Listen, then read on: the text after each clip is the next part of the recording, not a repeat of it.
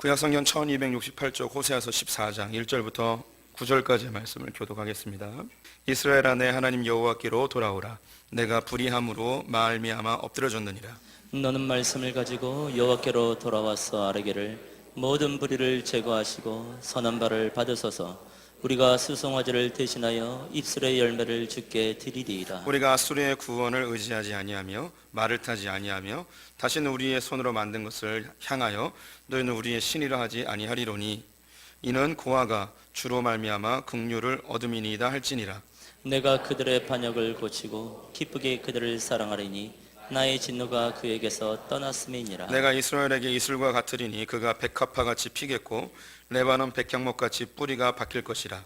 그의 가지는 퍼지며 그의 아름다움은 감람나무와 같고 그의 향기는 레바논 백향목 같으리니 그 그늘 아래에 거주하는 자가 돌아올지라. 그들은 곡식같이 풍성할 것이며 포도나무같이 꽃이 필 것이며 그 향기는 레바논의 포도주 같이 되리라.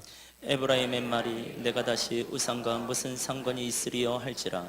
내가 그를 돌아보아 대답하기를 나는 푸른 잣나무 같으니 내가 나로 말미암아 열매를 얻으리라 하리라. 함께 읽습니다. 누가 지혜가 있어 이런 일을 깨달으며 누가 총명이 있어 이런 일을 알겠느냐. 여호와의 도는 정직하니 이는 그 길로 다니거니와 그러나 죄인은 그 길을 걸려 넘어지리라. 아멘.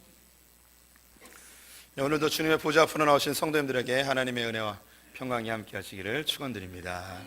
옆 사람에게 반갑게 인사합니다. 하나님 당신 편이십니다. 감사합니다. 오늘 호세아서 마지막 시간입니다. 오늘 찬양 너무 감사하고 아름다웠고 설교를 안 해도 될 만큼 모든 메시지를 담고 있어서 너무 감사하네요. 감동이 막 밀려오지 않습니까? 저만 감동이 되는군요. 그러면 설교를 해야겠군요. 호세아는 북쪽 이스라엘의 마지막 선지자입니다. 40여 년 동안 사역을 하며 그는 자기의 민족과 나라가 멸망하는 것을 다 바라봐야 했던 애통하는 고통의 선지자였죠. 특별히 호세아는 남편을 버리고 바람난 아내를 되찾아가는 그런 남편의 마음을 잘 보여주고 있습니다. 그것은 곧 하나님을 버리고 다른 우상들을 따라가는 이스라엘 백성들을 향한 하나님의 마음을 그대로 보여주고 있죠. 호세아는 하나님에게 부름받을 때 아주 특이한 명령을 받게 됩니다. 그것은 바로 음란한 여인과 결혼을 하라는 것이죠. 이해되지 않았고 또 부담되는 일이고 또 돌맞을 일이었습니다. 당시 율법대로 한다면 창기와 몸을 섞는 자들은 돌에 맞아 죽어야 했습니다. 또 그의 직업 자체가 선지자입니다.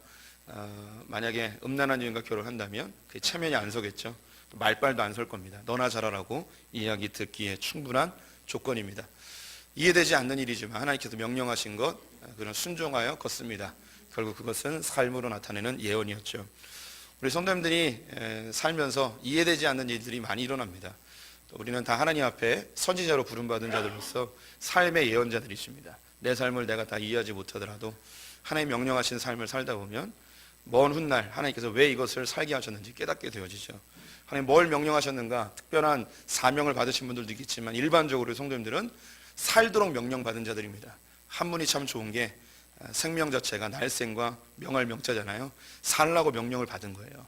내가 이해하지 못하지만 이 삶을 살고 나면 하나님께 붙어있는 자들은 이 삶의 의미를 깨닫고 하나님의 놀라운 구원의 역사 속에 내가 어떤 역할을 감당했는지 이제 깨닫게 되어집니다. 우리 성도님들 다 소중합니다. 아주 특별합니다. 왜냐하면 하나님께서 성도님들을 향한 목적은 그 누구에게도 맡기지 않습니다.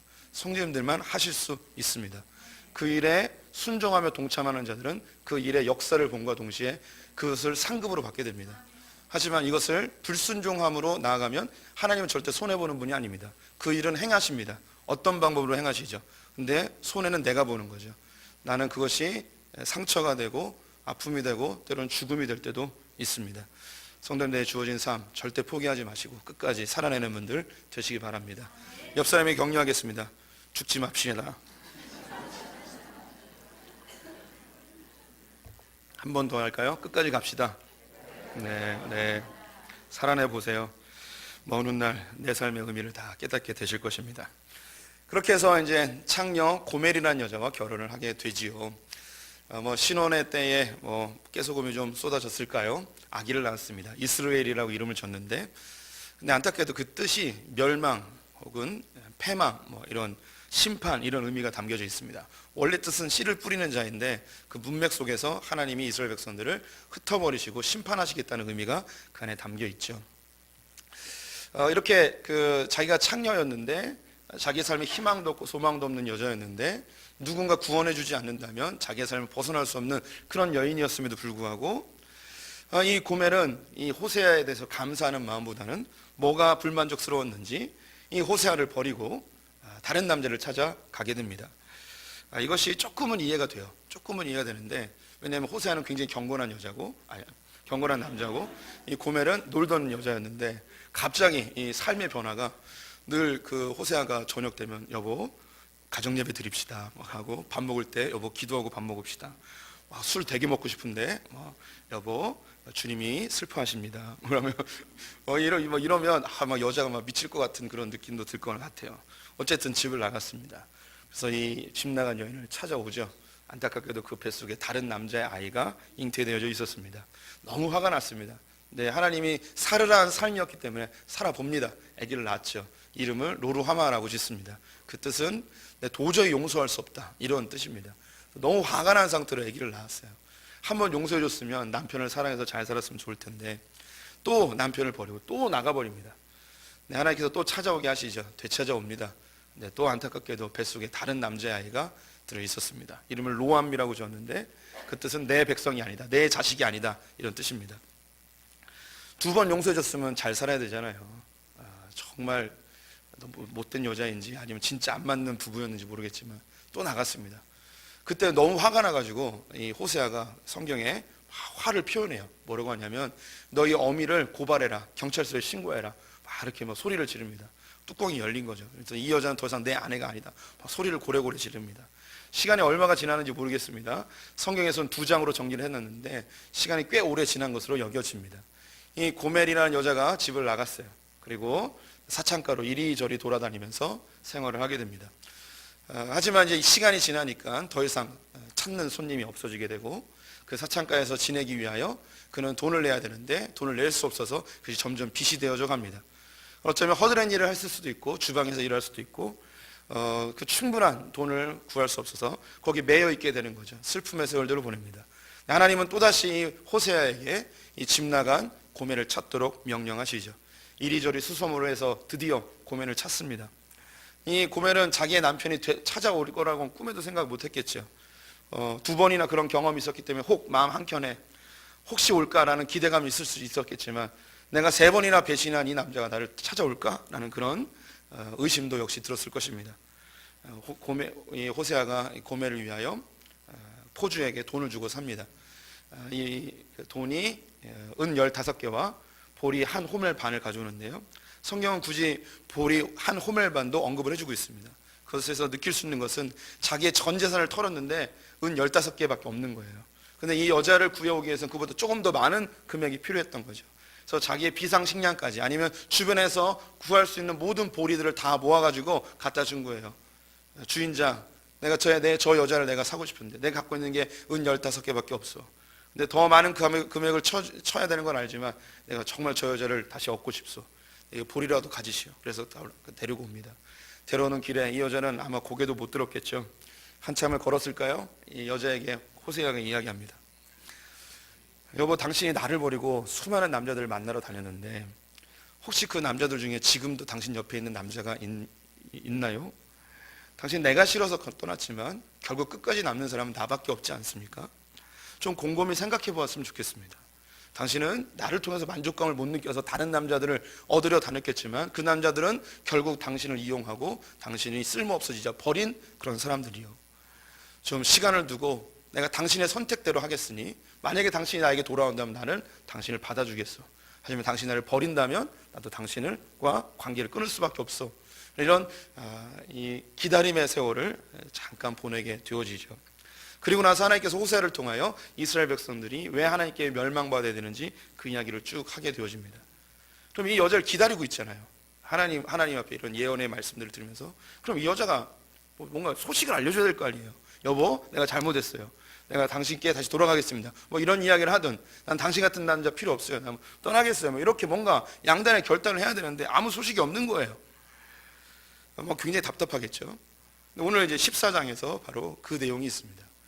하나님께서 이스라엘 백성들에게 막 얘기한 거예요. 너 이런 죄가 있고 이런 죄가, 이거 잘못했고 이거 잘못했고, 이걸 극복하려면 이렇게 이렇게 해야 되고, 나는 이렇게 화났고, 너희들이 이렇게 했는데 그러면 좀 곰곰이 생각해봐라. 하나님을 의지하는 게 좋은 건지, 너희들이 지금까지 의지하는 게 좋은 건지 좀 생각을 해봐라. 그리고 결정해라 라고 시간을 딱 줬는데 이 이스라엘 백성들이 아무 대답이 없는 거예요.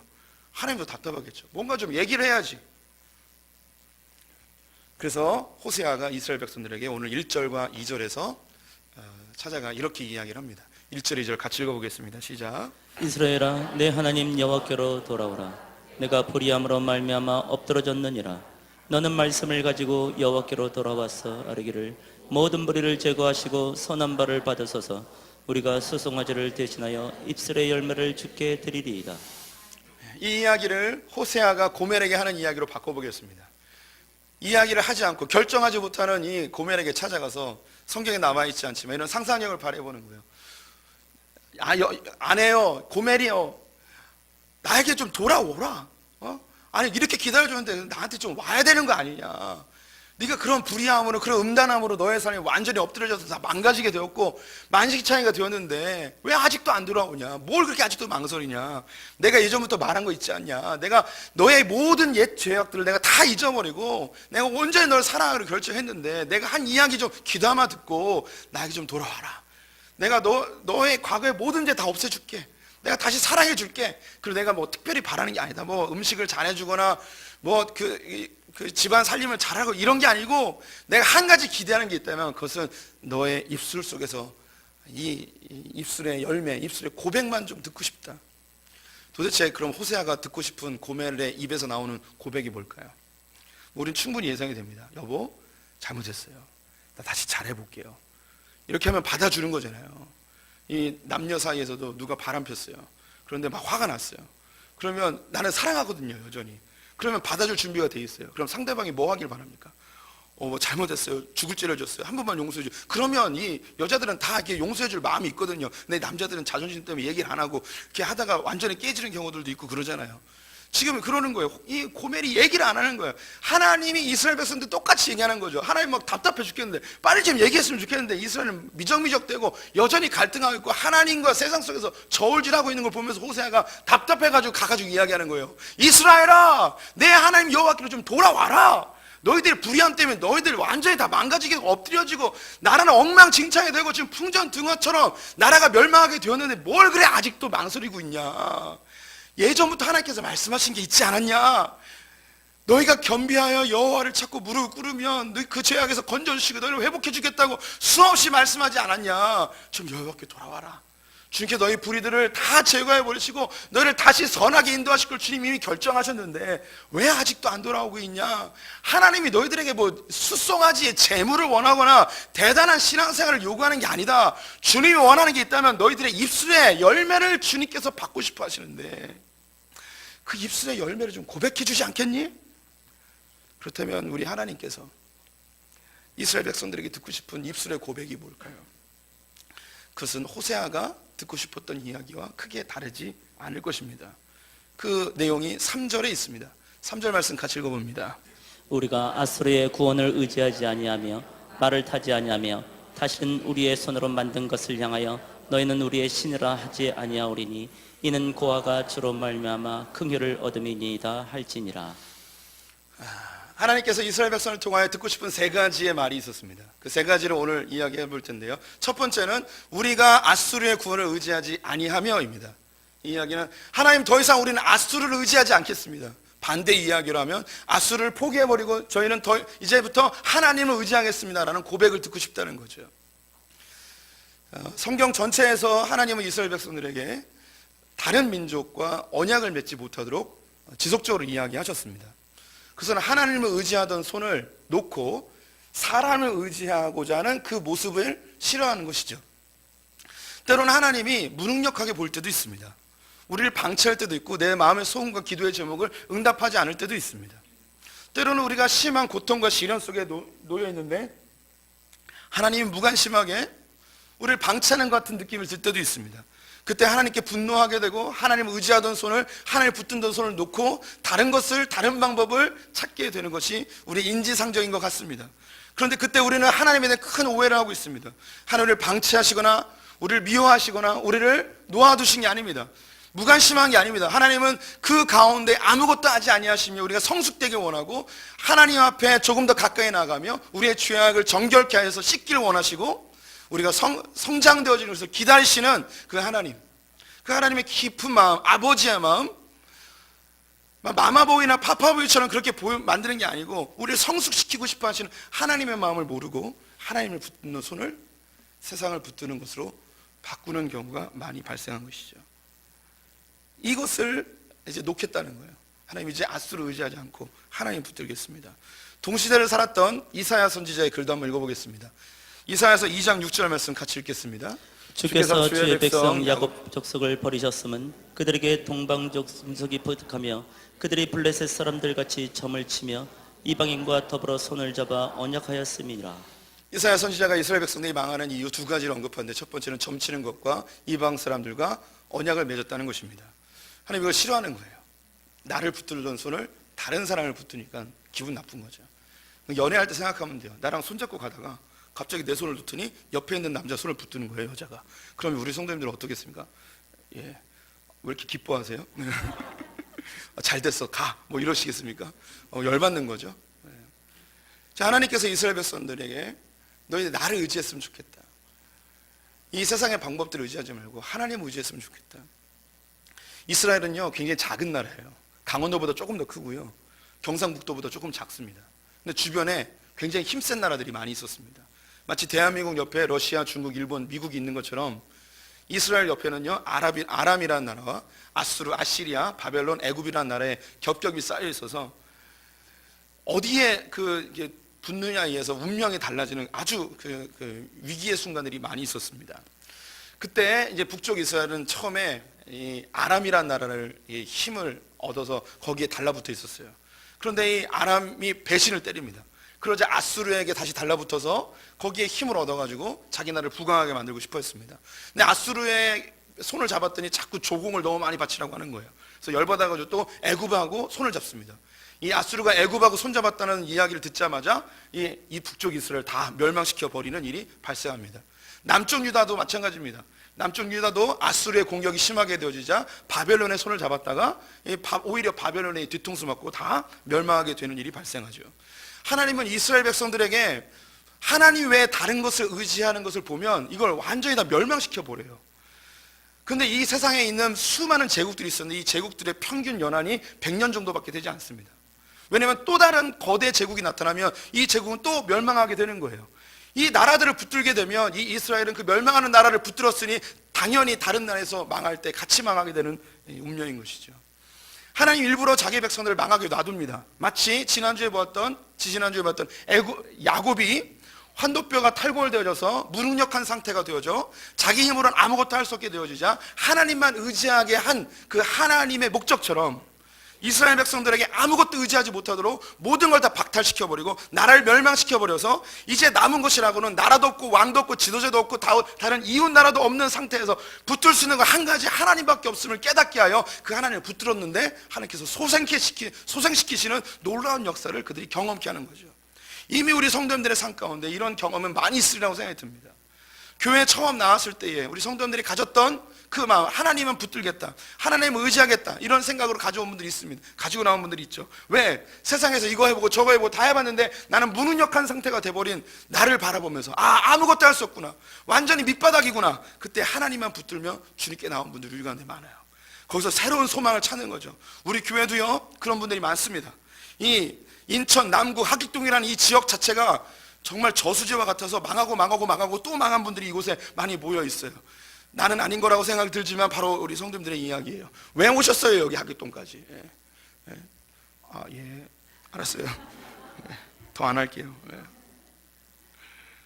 감사한 것은 소풍께 와서 우리 성도님들 중에 회복되어지고 하나님의 은혜를 받고 그리고 실제로 자기의 삶도 여유로워진 분들이 많이 있는 것을 보면서 참 감사하게 생각합니다.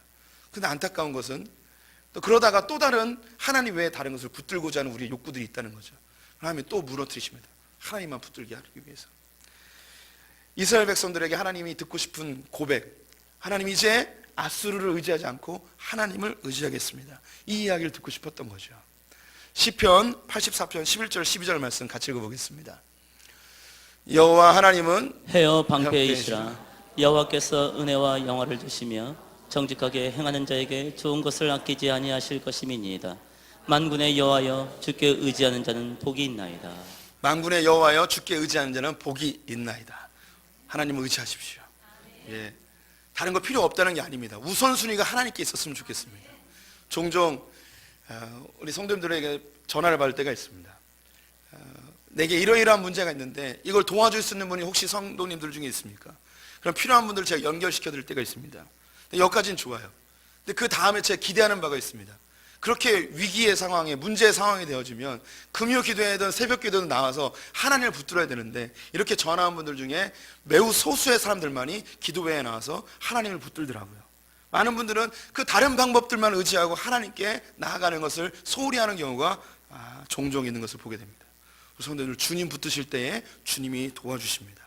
이 세상의 방법 아닌 하나님께서 우리의 삶의 주관자이시고 통치자이심을 신뢰하셨으면 좋겠습니다. 두 번째, 하나님이 이스라엘 백성들에게 듣고 싶었던 이야기, 3절 말씀 다시 보시면 제가 읽어보겠습니다. 말을 타지 아니하며 아수르를 의지하지 않겠습니다. 그 다음에 하나님이 듣고 싶었던 말이 말을 타지 않겠습니다.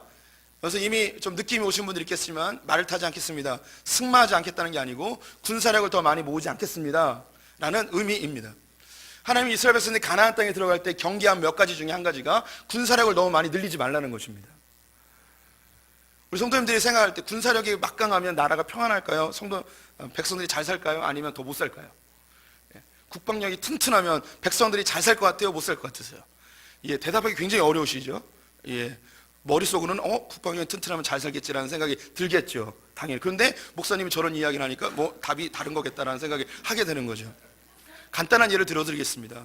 북한에서 핵무기를 만들고 있습니다. 그러면 이 핵무기를 막기 위해서 우리는 뭐 만들자고 이야기합니까? 핵무기를 만들자고 합니다. 그러면 수조가 들겠죠. 그러면 우리 하나 만들면 쟤네는 어떻게 할까요? 하나 더 만들겠죠. 그러면 그래도 못 사는 나라가 더 못 살게 되겠죠. 마약 엄청 만들고 위조지표 엄청 만들어서 또 만들겠죠. 그럼 쟤네 2개 만들었어. 근데 우리는 어떻게 반응할까요? 5개 만들자고 하겠죠. 그래서 5개 만들었어요. 우리 5개 만들면 쟤는 몇 개 만들까요? 한 10개 만들겠죠. 쟤네 10개 만들고 또 뭐 하기라는 거예요? 한 20개 만들자는 거죠. 이렇게 해서 무기 경쟁이 일어나는 거예요. 그러면 우리는 어떻게 되느냐? 국방비를 더 내야 되는 거예요. 세금을 더 많이 내야 되는 거예요. 국방력이 강해질수록 우리는 더 잘 살 거라 생각하는데, 국방력이 강해질수록 우리는 더 못 살아요. 전 세계에 있는 모든 제국들이 멸망하는데 여러 가지 조건들이 있습니다. 그 중에 공통적으로 나온 것 중에 하나가 뭐냐면 지나친 국방력 향상이에요. 국방력을 늘리기 위해서 사람들에게 너무 세금을 많이 걷어들여서 사람들이 피폐해져요. 혁명이 일어나서 제국이 망한 경우가 너무나 많습니다.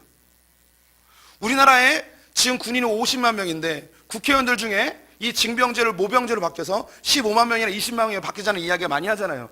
이 사람들의 기조가 뭐냐면, 국방력에 계속 돈을 집어넣으면 오히려 복지비나 그 외에 쓰일 돈들이 연약해져서 나라가 더 빈국해진다는 생각을 갖고 있는 거예요. 그게 기본 기조예요. 그러면 저를 보면서 저분 진보주의자인가 뭐 이런 생각 제발 하지 마시고, 성경에서 이야기하잖아요. 군마를 너무 많이 늘리지 말라고. 그런데 우리의 머릿속에는 국방력이 튼튼해지면 더 잘 산다는 그런 생각을 갖고 있어요. 근본적으로 전 세계에는요, 몇 개국 나라들이 전쟁 중립국이라는 게 있어요. 무기 중립국이라는 데가 있어요. 자기는 전쟁 안 하겠다는 거예요. 대표적으로 성도님 아는 데가 스위스예요. 스위스는요, 다른 나라를 공격하기 위한 군사력을 절대 만들지 않아요. 방어할 수 있는 군사력만 딱 만들어요. 그래서 거기는 군대가 없어요. 군대가 있긴 있어요. 어떤 민병이에요. 민병. 온 백성이 다 군인이에요. 이스라엘 백성들이 가나안 땅에서 어떤 군병 제도를 가졌냐면 바로 이 민병제를 갖고 있었어요. 전쟁이 나면 전 국토에서 20세 이상 되어지는 군사로 쓸만한 자들이 다 모여서 자기가 평소에 갈고 닦았던 무술을 가지고 그렇게 전쟁하는 거예요. 그래서 스위스는 예비군이 가장 잘 돼 있는 나라예요. 그만큼 뭐가 적겠습니까? 군비가 적은 거예요. 국방비가 적어요. 그래서 그거 가지고 백성들에게 복지를 많이 하는 거죠. 이 복지가 너무 많이 되어져서 그들의 행복지수가 높은지 낮은지 잘 모르겠지만, 어쨌든 우리가 갖고 있는 생각 중에 국방력이 강해지면 나라가 더 잘 살 거라는 이 생각은 완전히 틀리다는 거예요. 그래서 이스라엘 백성들이 고백하기 원하는 거죠. 하나님, 이제 더 이상 우리 말 타지 않겠습니다. 즉 이 나라를 부강하게 만들기 위해서 하나님 버리고 이 국방력이 우리나라를 지켜줄 것이라는 이 생각을 버리겠습니다. 근데 이 무기 만드는 거 우리와 별 관계가 없잖아요. 그렇죠? 우리가 뭐 권총을 사거나 미사일을 살 건 아니잖아요. 우리 성도님들에게 지금 무기는 뭘까요? 내가 이거가 많아지면 내가 절대 패배하지 않고 내가 승리할 거라고 생각하는 그것.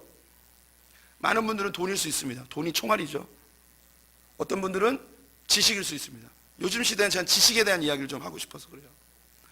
요즘 시대가 결혼이 늦어집니다. 여러 가지 조건들이 있습니다. 그 중에 한 가지, 중요한 이유 중에 하나가 뭐냐면 공부를 너무 오래 합니다. 예전에는 고등학교만 졸업하면, 아니 중학교만 졸업하면 결혼했습니다. 학교를 안 다니던 시절에는 여성분들이나 남성분들이 사춘기만 되면 그냥 결혼시켰습니다. 근데 지금은 교육기간이 너무 길어요. 그래서 예전에 고등학교 졸업하다 결혼했던 게, 사회 진출했던 게, 이젠 대학교를 졸업하면 사회 진출하고, 요즘은 또 이전제도 다 없어지고 거의 대부분 4년제가 되어졌어요. 이것도 안 되어져서 또 대학원 가고, 또 안 돼서 어학연수하고, 또 안 돼서 유학 갔다 오고, 그러면 30살, 35살이 되는 거예요. 그러면 점점점 결혼이 늦어지는 거죠. 무슨 생각을 갖고 있느냐? 이렇게 지식을 많이 쌓고 졸업장을 많이 쌓고 스펙을 늘리면 내가 더 막강해져서 이 세상에 잘 살 거라는 생각을 하죠. 신기한 거 뭐냐면 이렇게 공부를 많이 할수록 청년들 중에 그 등록금을 대출하여 신용불량자들이 점점 늘어나고 있다는 거예요. 사회 진출하기도 전에 사회에서 패배자가 돼버린 이 시대, 뭔가 좀 이상하지 않습니까? 우리의 마음속에 무기를 늘린다는 생각보다는 하나님, 이거면 됐습니다. 이 정도는 됐습니다. 이 정도 먹고 살면 됐죠. 하는 자족하는 마음이 전혀 없는 거예요.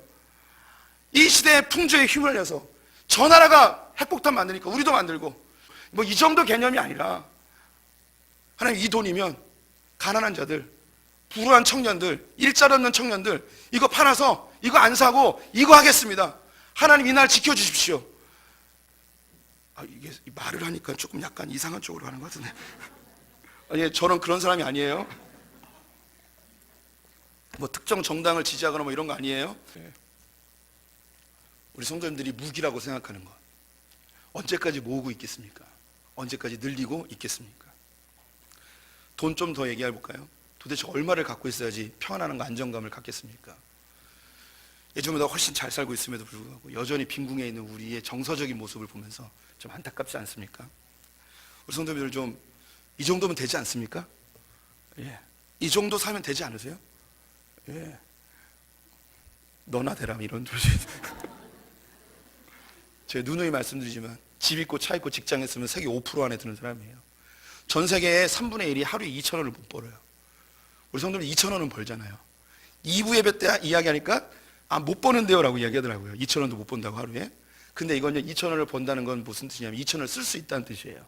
우리 성도님 하루에 2,000원을 쓰시잖아요. 2,000원이 뭐예요? 하루에 10만 원도 쓰잖아요. 시장 갔다 오면. 그거 그냥 걱정 없이 쓸 수 있잖아요. 예? 하루에 2,000원대 벌벌벌 떨진 않잖아요. 예? 3부 예배니까 좀 시간 지났는데 얘기할게요. 제가 인도에서요, 오지에 가 있었는데 고아원 사역을 했어요. 너무 더워가지고 물이 너무 맛이 없어요. 생수도 맛이 없어요. 진짜 맛이 없어요. 그러면 그 목에 꽉 막힌 이 답답함을 탄산음료를 마셔서 확 풀고 싶은 욕구가 있어요. 근데 콜라는요, 나라마다 맛이 조금씩 달라요. 근데 환타는 전 세계 어디 가도 똑같은 맛이에요. 그래서 환타를 먹었어요. 1.5리터. 1.5리터가 그 전 세계의 그 경제 지수를 이제 나타내는 중요한 기준이에요. 코카콜라 1.5리터가 얼마냐, 그 가격으로 그 사람들이 그 돈을 살 수 있느냐 없느냐, 뭐 이게 굉장히 중요한 경제 지수입니다. 코카콜라 지수인가 뭐 그래요. 굉장히 중요한 지수인데, 제가 가가지고 1.5리터 사가지고 먹는데 그 고아원에 있는 애들이 다 나와가지고 막 한 입만 달라고 막 그러는 거예요. 그래서 다 먹고 나면 물병을 달라는 거예요. 이 물병이 물 담아서 쓰려고. 이 물병도 없는 거죠. 좀 짜증났어요. 왜 이렇게 자꾸 달라고 그러지? 아니, 사 먹으면 되지, 왜 이렇게 달라고 그러나, 이런 생각이 드는 거예요. 그런데 그 학생들은 그 어리니까 막 얘기하는데 옆에 있는 스탭들이 있는 거예요. 스탭들도 먹고 싶은 눈으로 저를 쳐다보는 거예요. 또 그때 더 화나더라고. 지가 좀 사 먹으면 되지, 뭐 이걸. 근데 조금 있다 알았어요. 얘네들 이거 살 수 있는 돈이 없는 거예요. 이게 1불이거든요. 1불. 우리나라면 한 1,500원. 1,500원이 없어요. 스탭들도 없어요. 그래서 제가 어떻게 했냐면, 안 사 먹을 수는 없고 가서 먹고 와요.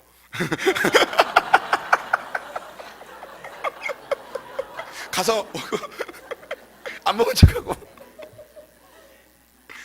그때 너무 슬펐어요. 코카콜라를 마음대로 못 사 먹는 나라가 세계에 너무너무 많구나. 우리는 그 정도는 아니잖아요. 그 정도는 아니잖아요. 우리 굉장히 잘 살고 있는 거거든요. 또 언제까지 뭘 더 모으고 언제까지 부족하다고 이야기하겠냐는 거죠. 하나님께서 주신 것 자족하며 감사하며 살아도 될 만한 충분한 조건이 되지 않았을까 싶습니다. 주님 됐습니다. 이제 말을 더 이상 타지 않겠습니다. 더 이상 부족하다고 이야기하지 않겠습니다. 이거면 충분합니다. 이미 충분히 잘 삽니다. 라는 이 이야기를 하나님께 듣고 싶다는 거죠. 세 번째 3절 말씀 더 보겠습니다. 우리가 노란 글씨 우리의 손으로 만든 것을 향하여 너희는 우리의 신이라 하지 아니하오리니. 간단하게 이야기하면 우상 숭배하지 않겠다는 겁니다. 하나님, 더 이상 우리는 하나님을 우상으로 여기지 않겠습니다. 그리고 하나님 외에 다른 우상을 절대 섬기지 않겠습니다. 하나님은 성경 처음부터 마지막까지 우상 숭배를 철저하게 금하셨습니다. 하나님은 하늘에 있는 1월 성신이나 바다의 것이나 새나 기어다니는 것이나 걷는 것이나 그 어떤 것으로도 우상을 만들지 못하도록 하셨습니다. 왜냐하면 그것은 그 능력이 제한되어 있기 때문이고 하나님께서 만드신 피조물이기 때문입니다. 더불어 하나님은 그 어떤 모습으로도 우상을 만들지 못하도록 하였습니다. 하나님은 온 우주를 창조하신 분이고 우주보다 더 크신 분이기 때문에 어떤 특정한 피조물이나 물건 속에 제한되는 분이 아니기 때문입니다. 그리고 이것을 통하여서 그들은 하나님을 조종하고 이용하여서 자기가 원하는 기도의 제목이나 소원이나 문제들을 해결하고 싶어하는 이 욕구가 그 안에 있는 것이죠. 하나님을 이용하는 거예요. 그래서 이걸 철저하게 금하시는 것이죠. 만약에 제 아내가 제가 너무너무 사랑하고 저를 너무너무 좋아가지고 출근하는 걸 못 견디게 해서 늘 같이 있고 싶다고 해서 강아지 한 마리 사가지고 창현씨라고 이름을 짓고 창현씨 그러면서 사랑해요라고 한다면 저는 기분이 어떨까요? 예. 근데 그 아내가 원하는 얼굴의 이상형과 저의 실제 모습이 좀 달라요. 그래서 우리 아내가 그 핸드폰에다가 원빈이나 현빈의 얼굴을 보고 거기다 창현씨라고 하면서 창현씨 뽀뽀를 쪽쪽쪽 하고 있으면 제가 어떨까요? 하나님 그런 거예요. 하나님은 위대하신 분인데 그러면 뭐 돌이나 어떤 형상이나 아이콘이나 이런 거 갖다 놓고 하나님이라 이야기하면 주님 너무너무 답답하신 것이죠. 근데 그 근본적인 이유는 자기 안에 있는 욕구를 해결하기 위한 우상으로 하나님을 이용하고자 하는 것입니다. 하나님께서 원하시는 세 번째는 내가 더 이상 우상 숭배를 하지 않겠습니다. 이 고백을 듣고 싶어 하는 거죠. 이스라엘과 하나님의 모습은 마치 우리의 모습과 많이 흡사합니다. 우리는 죄악 가운데 있다가 주님의 은혜로 구원을 받았습니다. 주님 한 분만으로 만족한다고 그렇게 고백하며 살아왔지만 우리 삶의 어느 순간부터 새로운 나의 우상들이 생깁니다. 대학, 성적, 성공, 취업, 학교, 학벌 이런 여러 가지 것들이 나의 우상이 되어져서 이걸 의지하고 이걸 바라볼 때 내 마음속에 안정감과 만족감이 느껴지는 우리를 발견하게 됩니다. 하나님 이거 없애라는 거예요.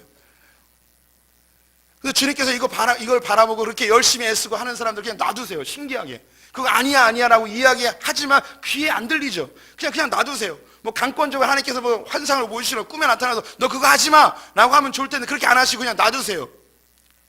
왜? 그렇게 해도 내 삶이 엉망진창이 되는 걸 나중에 깨달아요. 우리 성도님들 그렇게 열심히 공부해가지고 내가 가고 싶은 대학 갔습니까? 주일 빠지면서 그렇게 공부해가지고 대학 그렇게 가고 싶은 데 갔냔 말이죠. 네, 갔다고 하는 분들 있겠죠. 그럼 그 대학 간 것으로 만족이 되십니까? 그렇게 좋은 곳에 취직하면 내 삶이 평안해지고 미래가 안정적이라고 했었는데 그래서 하나님도 버리고 그렇게 했는데 그렇게 갔냔 말이죠. 예, 갔다고 하는 분도 있을 수 있어요. 그러면 갔는데 정말 평안한 안정감이 그 안에 있냔 말이죠. 내가 주님도 필요 없고 예수도 필요 없고 교회도 필요 없고 저 잘 나가는 남편 만나가지고 내가 결혼하면 내 삶 편안할 것 싶어가지고 그렇게 졸졸졸 쫓아다녀서 결혼했다고 합시다. 그럼 진짜 만족감이 있냔 말이죠. 주님 그렇게 놔둬버리세요. 완전히 엉망진창이 되도록. 그리고 하나님 한 가지 기대하시죠. 이 고백, 하나님 다 쫓아다녀봤는데 아무것도 아니군요. 주님께 돌아오겠습니다. 저 용서해 주시고 이제 더 이상 하나님 아닌 다른 것 의지하지 않겠습니다. 그리고 내게 주어진 것 감사하며 자족하며 만족하며 살겠습니다. 그리고 하나님을 내 삶의 유익을 위하여 이용하는 자 아닌 하나님의 유익을 위하여 내가 사용되는 자 되길 원합니다. 이 고백을 주님 받고 싶어 하십니다. 그래서 그렇게 우리 인생이 흘러가길 바라고 있죠. 오늘 호세아서의 마지막 결론에 해당되는 말씀 9절 같이 읽어보겠습니다. 누가 지혜가 있어 이런 일을 깨달으며 누가 청명이 있어 이런 일을 알겠느냐. 여호와의 도는 정직하니 의인은 그 길로 다니거니와 그러나 죄인은 그 길에 걸려 넘어지리라. 누가 지혜가 있느냐, 누가 총명이 있느냐. 이 사회에서는요, 누가 지혜 있고 누가 총명한 자입니까? 아수르와 같이 거대한 아주 능력 있는 자들과 인맥을 잘 관리하고 그게 줄을 잘 서고 사람들 잘 그렇게 이용하면 이런 사람을 우리는 지혜자라고 이야기할 수 있습니다. 또는 군사력을 잘 모았듯이 내가 가장 이 시대에 알맞는 스펙들을 다 쌓고 그리고 최고의 조건들을 만드는 사람들을 어쩌면 지혜자라고 이야기할 수 있습니다. 혹은 돈을 모으기 위해서 어디에 투자하면 제일 좋을지, 주식을 어떻게 이용하면 제일 좋을지 모든 정보들을 다 알고 있는 사람을 지혜자, 총명자라고 이야기할 수도 있습니다. 하지만 성경은 이야기합니다. 누가 지혜자고 누가 총명한 자인가? 성경은 명확하게 이야기하죠. 여호와를 경외함이 지식과 지혜의 근본이라고. 그래서 그 뒤에 이야기합니다. 여호와의 길로 걷는 자들은 주님께서 그에게 복 주시고 의인이라 칭해 주시지만 죄인들은 이 길이 걸리는 걸림돌과 같다는 거예요. 오늘 설교를 들으시고 어쩌면 이것이 마음의 부담이 될 수도 있습니다. 이런 반문도 들겠죠. 그럼 목사님 공부도 하지 말고 돈도 벌지 말고 그러는 겁니까? 그게 아니고요. 공부해야 될 사람 공부해야 됩니다. 특별히 기독교인들은 더 열심히 공부해야 됩니다. 공부의 중요한 목적은요, 하나님이 이 세상을 만드셨어요. 이 세상은 하나님의 질서대로 움직이고 있어요. 이 질서를 연구한 것을 학문, 과학이라고 이야기하는 거예요. 이 세상에서 그리스도인으로서 영향력 미치고 하나님 나라를 이루기 위해서 반드시 이 세상의 질서를 잘 알아야 돼요. 그래서 반드시 기독교인들은 열심히 공부해야 돼요. 열심히 공부하는 것만큼 이 땅에 하나님의 나라를 이루는 좋은 도구로 되어지는 것이죠. 더 좋은 예, 에버랜드에 갔어요. 누가 에버랜드에서 가장 풍성하게 누릴 수 있을까요? 에버랜드를 가장 잘 이해한 사람, 가장 잘 알고 있는 사람, 놀이기구가 어디 있는지 알고 몇 센치까지 가야 되는 거 알고 이런 거 어디에 가야지 줄이 짧은지 이거 제일 잘 아는 사람이 잘 놀겠죠. 이 세상에서 누가 가장 풍성하게 아름답게 사느냐? 공부 많이 한 사람이 다른 거예요. 이 세상을 얼만큼 잘 이해하느냐에 의해서 우리의 삶의 질이 달라진다고요. 그냥 막 살면 안 돼요. 우리 없네 별로. 학생들 아직도 공부하는 분들 막 살면 안 돼요. 정말 열심히 해야 돼요. 제가 청년 사역 많이 했는데요, 청년들 보면, 기독 청년들 보면 너무 답답할 때가 있어요. 예수 안 믿는 청년들은요 정말 피 터지게 공부하거든요. 그런데 이 교회 다니는 청년들은 정말 믿음이 너무 좋아가지고 주님이 알아서 해주겠지라는 생각 가지고 그냥 그렇게 지내요. 그러니까 예쁜 여자들이 예수 안 믿는 남자들에게 다 뺏기는 거예요. 우리 청년들 없나 별로? 가끔 이게 그 참 약간 나사 풀린 자매들이 예쁨에도 불구하고 믿음 좋은 남자 쫓아다니는 이런 사람이 그럼 개고생하는 거죠. 돈 벌지 말라는 게 아니에요. 성경은요 수고하고 땀 흘려서 수확을 얻는 것을 가장 큰 기쁨이라고 이야기하는 거예요. 근데 우리가 어느 직장에 들어가면 미래가 보장되지 안정감을 얻겠다는 이게 우상인 거예요. 내가 돈을 많이 벌면 미래가 보장될 것이라는 생각 이 자체가, 이 마음 드는 것 자체가 우상인 거예요.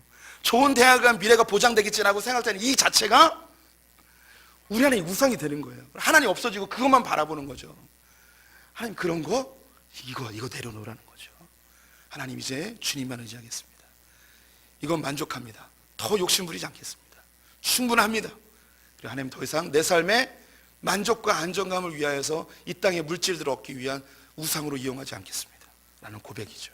우리 성도님들 하나님만 의지하고 주님 편에 서는 분들 되셨으면 좋겠습니다. 주님께 돌아갑시다. 내 삶에 혹시 하나님 외에 다른 것 의지하고 내 삶의 안정감과 만족감을 누리고 있는 그 어떤 것이 있다면 하나님 내려놓고 주님 붙들면 되시기를 축원드립니다. 기도하겠습니다. 하나님 연약한 우리들, 쓰러지기 쉬운 우리들, 너무나 부족한 우리들 주님 참아주시고 기다려주시니 감사합니다. 하나님 주님께 돌아갈 수 있는 길을 열어주시니 감사합니다. 이 세상 사람들 지혜롭다고 총명하다고 이야기하지만 결국 자신들의 지혜와 자신들의 총명으로 멸망하고 수치를 당하고 모든 것을 빼앗기는 걸 보게 됩니다. 오히려 하나님만 의지하는 자들, 주님 편에 서는 자들이 의롭게 하나님의 풍성함을 누리는 줄 믿습니다. 하나님 우리가 결단하게 해주시고 하나님만 갈망하는 자들 다 되게 하여 주시옵소서. 예수님의 이름으로 기도드렸습니다.